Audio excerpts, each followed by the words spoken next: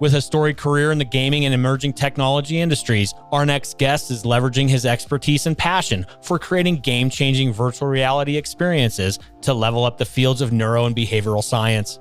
Amir Bozorgzadeh, CEO of Virtual Leap, joins us to discuss how his team is advancing virtual reality gaming and artificial intelligence to develop high-quality cognitive assessment and ability training to aid patients with specific brain health issues like Alzheimer's and beyond.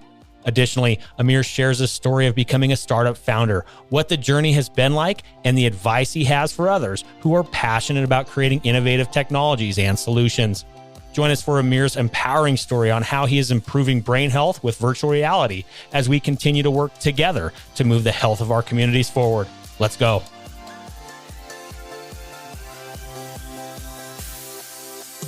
Welcome to Passionate Pioneers with Mike Biselli, where we highlight and speak with the innovators, the game changers, and the pioneers who are deeply passionate and relentless in solving the problems our world is facing today.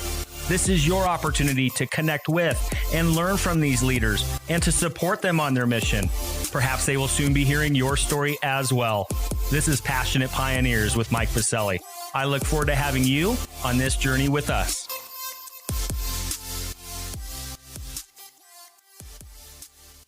Amir, welcome to our podcast. I'm so excited to have you on today. It's truly a pleasure, Mike. Thank you for having me. Well, given your passion for emerging tech and spatial computing, which led you to create a VR startup that unlocks neuroscience in order to detect and delay the early onset of cognitive illnesses like Alzheimer's, I am really looking forward to our conversation today. But before we discuss your amazing and inspiring journey, a bit of housekeeping. While listening to any of our episodes, please take a moment to subscribe to the podcast. So you will automatically receive episode updates in your podcast player. Simply search Passionate Pioneers with Mike Biselli on Apple Podcasts, Spotify, or wherever you listen to your podcasts. Lastly, please visit the bottom of the episode notes to connect with me on LinkedIn, Twitter, and Clubhouse in order to further the conversations occurring on this podcast. All right, Amir, it's almost time for our community to learn how Virtual Leap is combining neuroscience and virtual reality to help increase attention levels and address cognitive illnesses, disorders, and learning challenges. But first, what's that one piece of advice that you would give to others who are passionate about reimagining the health of our world? You know, when you're dealing with these monolith structures, such as the healthcare platform and the healthcare industry, it can be really daunting and intimidating. And people are always trying to find the right idea. And they miss out on the okay ideas that can get them going. So my advice is to start anywhere and let the river meander you with a lot of lessons and learnings that will give you the toolkits bit by bit, gradually, in order to find your place in the sector and where you can have the biggest impact. So start anywhere and start as early as possible, because you can't start early enough and you can have an impact if you just get going. And Amir, I love that, because that's one thing that I've seen a lot of entrepreneurs and startup founders do. They will try to create something and then go and find a home for that technology, right? To your point, let the river take you. So, i.e., let the market tell you what the problem is. Be very attuned, ear to the ground, listen to what the needs are in the marketplace, and then go solve for them. But where the real sweet spot is solve for the things that you are passionate about as well. Would that be correct? Have you found that along your journey? Yeah, it's like there's a magnetic aspect to all of this. And there's a magnetic charge to you and what your strengths are and what your weaknesses are, what your fingerprint of a soul is, and what is charged to be interested and passionate for. And sometimes people are looking for that answer right away, whereas they have to give themselves the space and the time to let that resonance take them where they need to be. But you have to start somewhere to get there. And it's not going to happen instantly. You have to give the space for that to happen, for the magic to manifest. Well, one of the best pieces of advice I've ever received in my journey is start before you're ready. Exactly what you're saying, right? We're getting ready to celebrate 2 years with this podcast, and I had no idea what the heck I was doing when I hit that record button for the first time. So I started before I was ready, and now here we are having global health tech innovation leaders like you on the podcast, now a nationally ranked healthcare innovation podcast. So I couldn't agree more with you. Start before you're ready. So Amir, thank you for sharing that one piece of advice. I love it. I couldn't agree with you more. And I'm looking forward to discussing your wonderful work and journey with Virtual Leap after we get back from thanking our community champion sponsor. Located in Denver, Colorado's nationally ranked River North District, Catalyst is a healthcare innovation campus that brings together stakeholders from across the industry to accelerate innovation and drive real, lasting change our nation desperately needs. From established organizations to startups, from accelerators to advocacy organizations, and from medical schools to global companies, everyone at Catalyst works side by side to create, develop, refine, and bring to market cutting-edge innovations that will fundamentally transform healthcare as we know it. With industry leaders like Medical Group Management Association, Olive, Medical Solutions, UC Health, Cirrus MD, and many others calling Catalyst home, along with innovative pioneers visiting from across the nation, Catalyst continually fosters their foundational belief that collaboration and partnerships will move the healthcare industry forward. To virtually tour Catalyst and claim your space on campus or host an upcoming event, visit catalysthealthtech.com or visit the top of the episode notes and click on their link.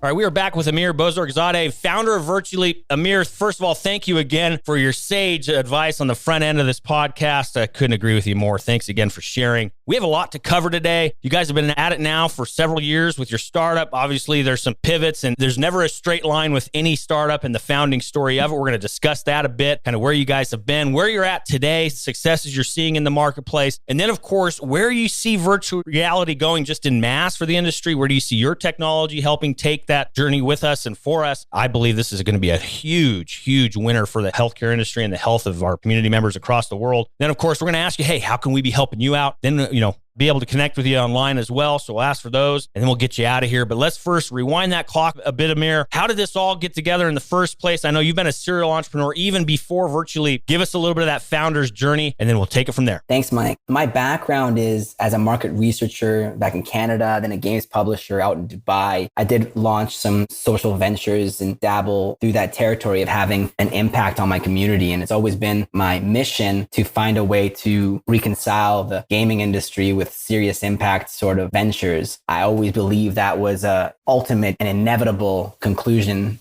to the final evolution of games for good. And so what I did was in 2015, I began writing for VentureBeat and TechCrunch, specifically in VR and on VR and AR, and trying to figure out what is this new technology where I thought a lot of that intersection would actually happen. And I found after writing dozens and dozens of articles that there's only two critical use cases for virtual reality, and it's either in the healthcare sector or the education sector. Back then, games for virtual reality as the next generation gaming device was the main thing that journalists were tooting, but I didn't see that and didn't believe that. And in the last few years, you've just seen all of these amazing applications start to come out of the experimental and R&D labs of different organizations, from automotive and airlines to medical and so on. And at the same time, companies like ours since 2018 have started dabbling in areas where we thought we could try to create innovation that would create the bridge into the healthcare sector and so on. One of the things we began doing in 2018 when we first launched was create algorithms, what we call biometric algorithms, that could actually infer the emotional state of a user in a virtual reality setting. So are they stressed? What is their emotional inclination? These kinds of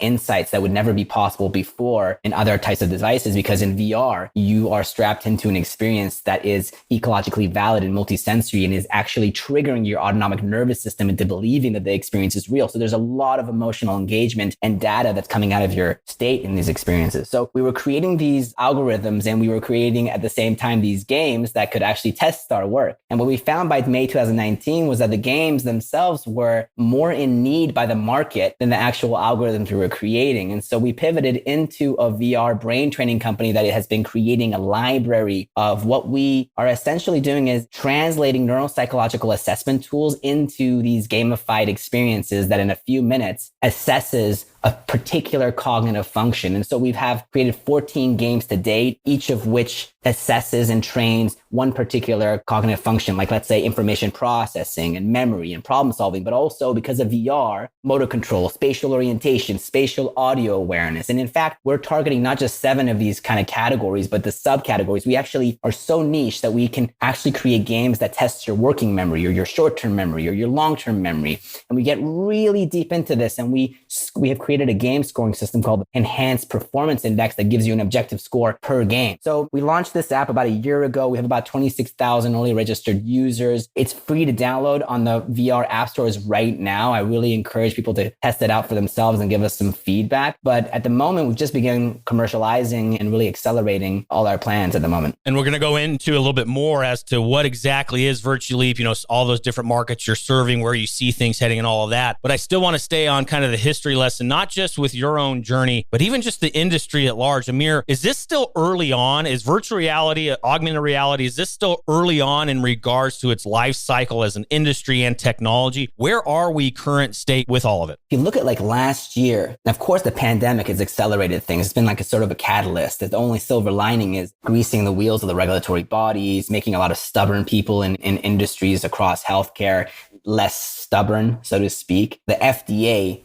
just created the category medical extended reality last year. I think 7 months ago, they gave the first breakthrough designation to a VR company in California, Applied VR, for a pain management VR solution. That was just 7 months ago. So the writing on the wall is the trend has begun, the wave has begun, and I think the pandemic has really accelerated what's happening. I would not say that we are early from the point of view of clinical indication and validation. There's been about 8,000 studies to date showing the healthcare applications of VR. A great starting point is the seminal book by Brennan Spiegel of Cedars-Sinai, who published that last year, VRX. But we're not early in terms of knowing that this technology has game-changing critical use cases in healthcare. We are early in reconciling the creator community with the powers that be in the status quo. And in regards to the end user as well, the consumer, Amir, I believe it personally. I think it's a fallacy, but you hear this a lot like, oh, older adults, they're not going to use the iPads. They're not going to use a smartphone, smart technology. They're not going to use the wearables. What have you been seeing? What have your colleagues been seeing in regards to the older adult population and the use of VR? My last article for VentureBeat was exactly on the surprising news that older adults are in fact the early adopters of VR, and not directly they themselves, but the senior living communities and nursing homes.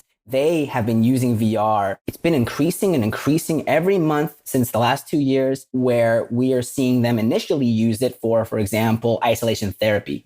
Isolation can dramatically accelerate cognitive decline. It's worse than, I think, 2 packs of cigarettes per day being too isolated and without social contact. And so they started using it for this critical care use case where give them a VR device and let them jump into a reality that allows them to feel like they're walking on the beach in Hawaii, or I don't know, go into a fantastic, mesmerizing experience of meditation. But it's shown a really amazing use case right there and then. And then what happens they have the device, they can start to explore other types of applications for, pain management that, like I mentioned, we have types of cognitive behavioral modification, helping with addictions, helping with all sorts of things that are not just distractive and entertainment based, but now that you have the device in these senior living communities, they have this portal for so many other things, which is the entry point for companies like ourselves. And last question, then I'm going to ask you, I'm going to put you on the spot. I'm going to ask for that elevator pitch in regards to Virtual Leap. But one last question, Amir, in regards to cost, right? We've seen technology just in mass, come way down in cost. And then that makes it available to the masses, right? When we start thinking about the Medicaid population here in the United States, being able to serve them and get technology into their hands that's affordable and useful. Amir, where are we at on that life cycle in the VR space? Is this becoming more affordable and more accessible to the masses? Where's the status of the union there? If you look 3 years ago, the headsets were twice the price. Last year, the best headset by, Facebook, Oculus, it was the Quest, and it was $400 for the headset. That's half the price. This year, you got the Quest 2, which is $100 cheaper. So it's $300. I mean, how much cheaper does it have to get before you understand this application, which is still half the price to my iPhone, is no longer a barrier? Of course, the bulk is getting smaller. It's getting more comfortable, and that will keep on happening. I think with the introduction, inevitably, of 5G, we're going to take a lot of that processing power that's in these headsets, move it to the edge server, and make all that processing not have to happen on your head. And that will make even slimmer and lighter form factors. So what we're noticing with the VR sector, and to some extent the AR sector, is rapid iteration on the hardware side and rapid iteration on the price point side. So this is the time to get ready if this is an industry application that, for example, any stakeholder who's listening right now is curious in, because it is going way too fast for you to make the decision 6 months from now or a year from now. The writing is on the wall. I love it. So, hey, dive in. Start before you're ready. Right now's the time. Get in there and start using the technology. It's a beautiful time to be in the space. So you teed it up perfectly, Amir. You are one of the leaders in this space. You've been in it for a number of years. You got a very fast-growing startup, Virtually. You're part of the startup health community, which we're very close with over here. Unity Stokes was a recent guest on our podcast, an amazing community of health transformers globally, and you're one of them. So it's a special group, that's for sure. And it means that you guys are really getting after changing and reimagining global health. So with that, I'm teeing you up. Give us that elevator pitch for Virtually. Yeah, absolutely. Virtually is essentially making available neuropsychological assessments in a very accessible and non-invasive way for anyone to basically carve out 15 minutes of their day and be able to play a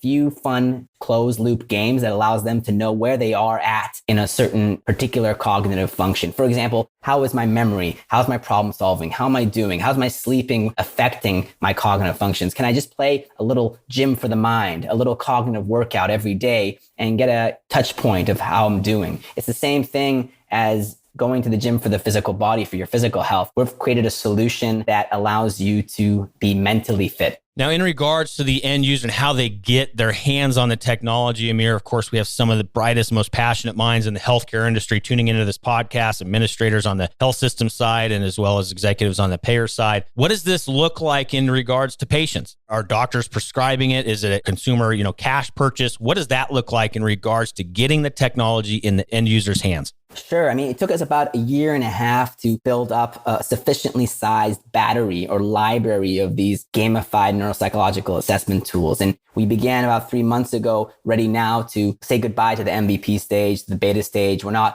well past that. And we have clinical partners across the US and Europe where we create these clinical protocols for specific therapeutic areas, for example, cognitive decline or autism, learning challenges, traumatic brain injury. We work with them to get those studies on their way so that, within 2 years, we can have those come out of fruition and then apply for regulatory approval so that we can be then validated by the authorities like the FDA or DIGA in Germany, and then ultimately be available at clinical care sites. And a little bit later than that, also be validated as a digital therapeutic that can be reimbursable by payers. But between now and the 2 years where these studies have to go out, we're very much focused on working with bringing on board more of these research partners, as well as being focused on some of the non-healthcare applications, commercial opportunities like training and education and so on. We have to, as a company that is so science-driven and research-driven, have to be patient and allow the studies to validate us first. And that is more or less the situation for most healthcare companies in virtual reality. Well, thanks for sharing that, Amir. I want to dive in on that a little bit in regards to training and education. What does that mean? Are you guys talking about healthcare workers? Are you talking outside of healthcare? What's training and education mean to you guys? From the point of view of education and training, which of course is a really broad category. For example, we're working with one of the headset manufacturers as a partner where they are focusing on their headset to be applied for training factory floor workers or, astronauts on their way to Mars and they need to be taking care of their cognitive health and just making sure that a solution like ours can be a companion diagnostic that gives their administrators and then they themselves a little bit of understanding of how their cognitive performance is changing or staying the same over time. But education and training can also go into private high schools and K-12 institutes, human performance programs at big Fortune 500 organizations that want to offer for their HR point of view a type of solution that gives a psychometric test of sorts to their employees and showing them how they're, where's their proficiencies and deficiencies and with the use of games, can you develop and strengthen those challenging points. So it is quite broad. Yeah, understandable. And there's a lot of use cases in there for sure. There's no doubt about it. So Amir, where do you see things heading as well with the technology? You mentioned, yes, there's 2-year kind of lag in regards to being in the industry, gaining that research, gaining that knowledge base, gaining the data to be able to then publish and all of that good stuff and then be able to prescribe, of course. But where do you see things heading even longer term, not only for you guys at Virtually, but the industry writ large as well, right? A lot of things are changing. We've seen some big advancements with the pandemic, right? Some of those phoenixes that have risen from the pandemic ashes, telehealth, vaccine with mRNA technology and otherwise. Where do you see things heading, again, not only for your company, but for the industry writ large?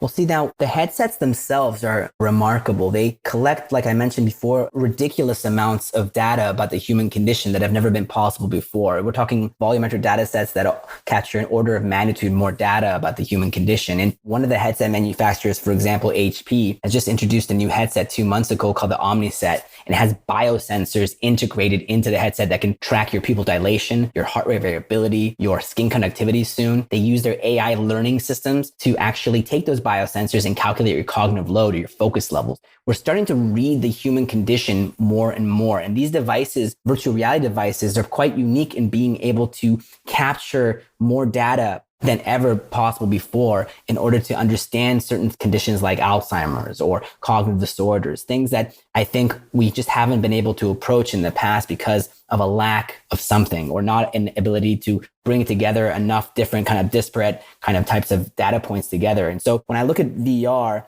we're looking at a paradigm shift, and the application for pain management or the application for isolation therapy or the application for desensitization therapy of phobias. This is where VR does things that is pretty much magical. And I do see it evolving in those applications by industry leaders in the next few years, primarily because I think the pandemic has made us so much more telehealth oriented, so much more teletraining oriented. So they're forced to take advantage of these opportunities. And they can't say that this is not validated anymore because the studies are just coming out one after the other, not just in the US, but across the globe, vindicating the use cases across all those domains. So VR should not also be separated from AR. They are two siblings on the same spectrum. One is in fantasy environment. The other one is in the real world where the same spatial computing experience is projected. And so when you look at, applications like ours or any application in the VR, you should also remember that eventually they're also going to migrate and move into AR once that is readily available. And when 5G also makes it possibility of AR being pervasive. But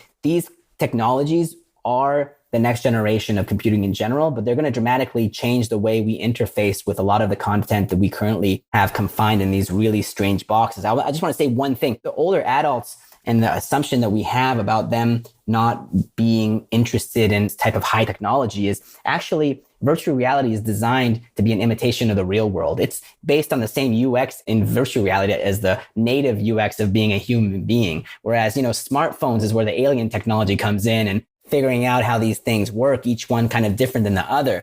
VR has always been much more intuitive from the very get-go. And I think once the devices are pervasive enough and available enough, you're going to see mainstream adoption across the board. And for the healthcare sector, it's just going to be life-changing in many, many applications. Well, what I also love too, you hit on it, right? You talked about the pandemic in regards to telehealth, teleservices, all of that. Some of my friends in the industry keep saying, meet the members where they're at, right? Meet the patients where they're at and where they want to be, right? No longer do we need a patient to drive 4 hours for a quick checkup with Dr. Amir. That's just so antiquated, right? And so when we start thinking about delivering care at home or wherever that patient wants to be, could even be in their car, at their office, or in the park, whatever that might look like. Do you also see VR playing part of that as well, right? So a physician can prescribe VR to the patient in their own home setting.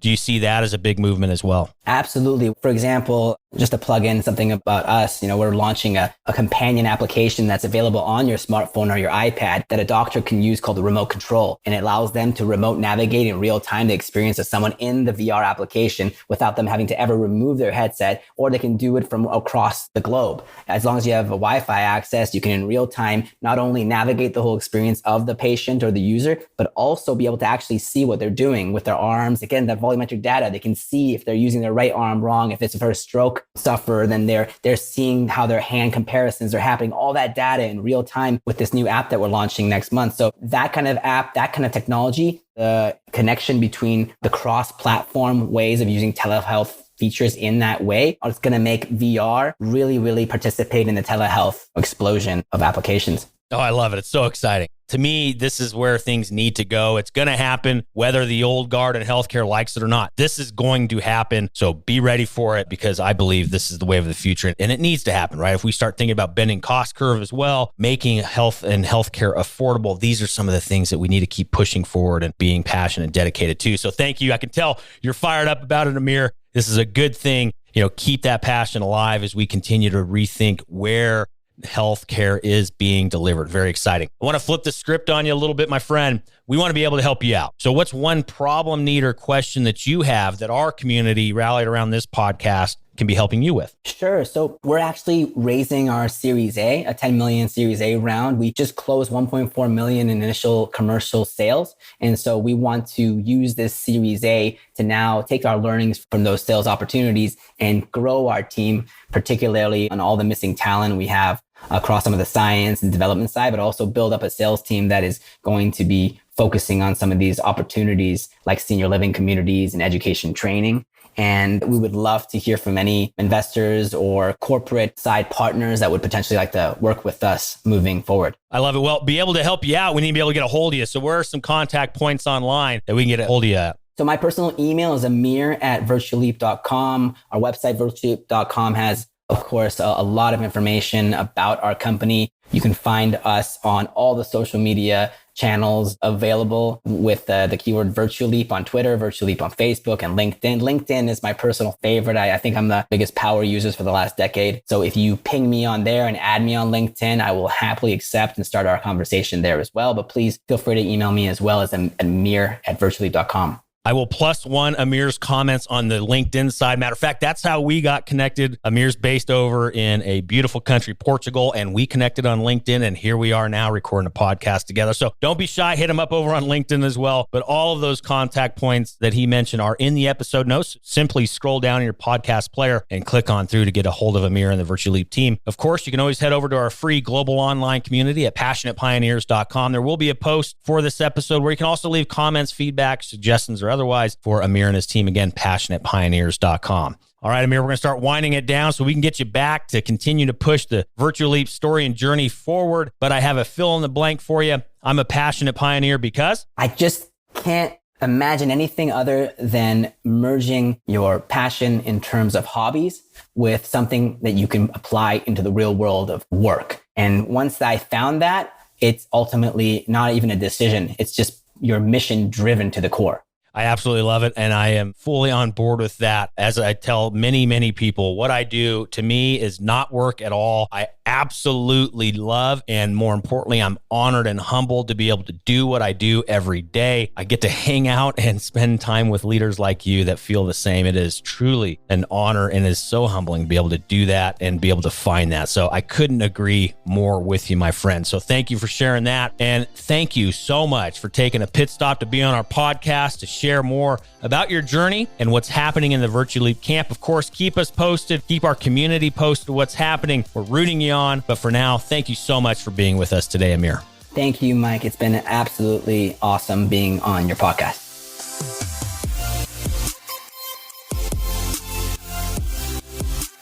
Thank you for joining us today on Passionate Pioneers with Mike Biselli.